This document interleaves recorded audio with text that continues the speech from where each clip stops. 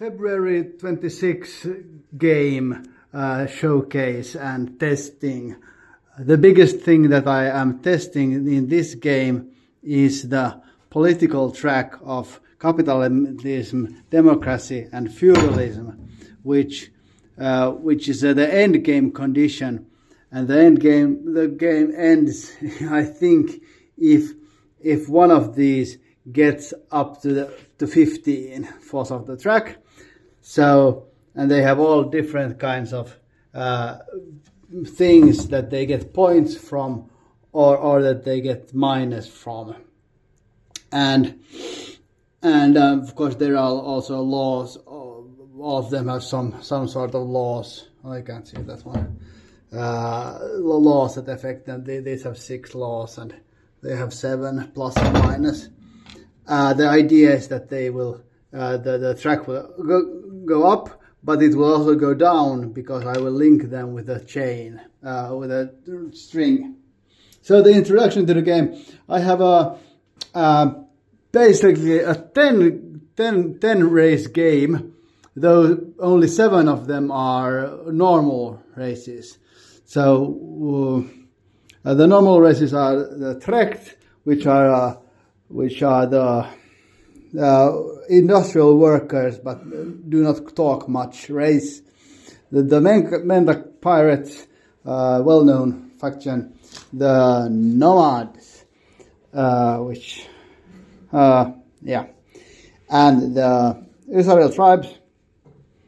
They don't need any words, except that they start with 15 action cards instead of the normal 2 or something. The Pimor Adventure Consortium, the next try of doing them, don't read the text. I will playtest them as a single planet race that only puts out adventurers from the planet but do not take any other planets, and see how it goes with that. Tears of Lokua is the race that wants to go live on ocean cards, because their planet is going under but they're up here. The planet is going in the gravity rift, so they want to spread their people out from there. And the Empire of Hakan, because I want the capitalistic nation for the capitalism. Actually, I don't have much feudalism. Only the Trekt are the feudals in this sense. But I will try see because this is really much a playtest thingy. That was the normal 7 races. Then there are the Glimmers of Morpheus, which is a 8+ race because they don't have any normal plastic pieces. They have the own made pieces. Their objective is to spread the nebulas. They're building nebulas and spreading them all over, and then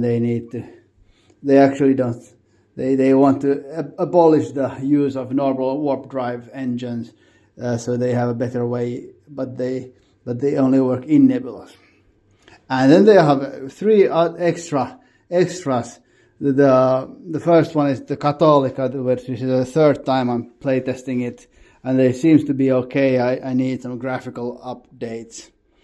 They are spreading Catholicism to the world, and they have a track of all of the races plus the independent systems that can convert to them, and they do that with the cross and not the stick, only the benefits. The Shadow Hands is second playtest. They are the elitistic thief organization that wants to be recognized as a regulated thief organization, and they do that by trying to sell something that they steal to every race in the game. Of course, there are some that are not part of that, because at least Morpheus will not buy anything, but the other races probably will. Of course, Catholica is not in the buying of those either. And then the third one is the Chaos Master, which is one of the easiest races to play. They only have like a bunch of stuff that every turn they add one on, and different kind of monsters.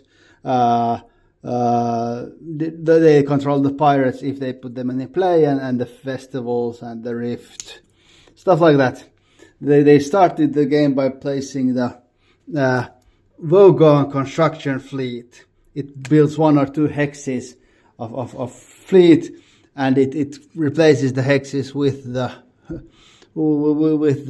so they will go and eat Megathor Rex in 2 turns if the Senate doesn't reroute the highway, which is nice. I think it could be interesting. Other stuff they have as well, but because I haven't tested them, I need to play test them for myself. And other than that, I finally made stands for the ships, and I will play test as well the simultaneous turns thing. And with that, it is really, really important to have stands, because if two races attack the same system, it will be chaotic. But now when they can be added on to each other, it's perfect. And of course, I need test thinking that does the simultaneous turns thing work well. But I think it feels good. Of course, at the moment I am testing it myself. I have another friend that sometimes will probably try some turns. But maybe not, I don't know. I've been organizing the rest of the stuff, so now the rest of the stuff is really nicely jarred and stuff. So okay, I did the first turn because otherwise there's no idea of a video, but nothing of course has happened. The Ysaril and the Lokua is up here. The gray ones are the independent systems. There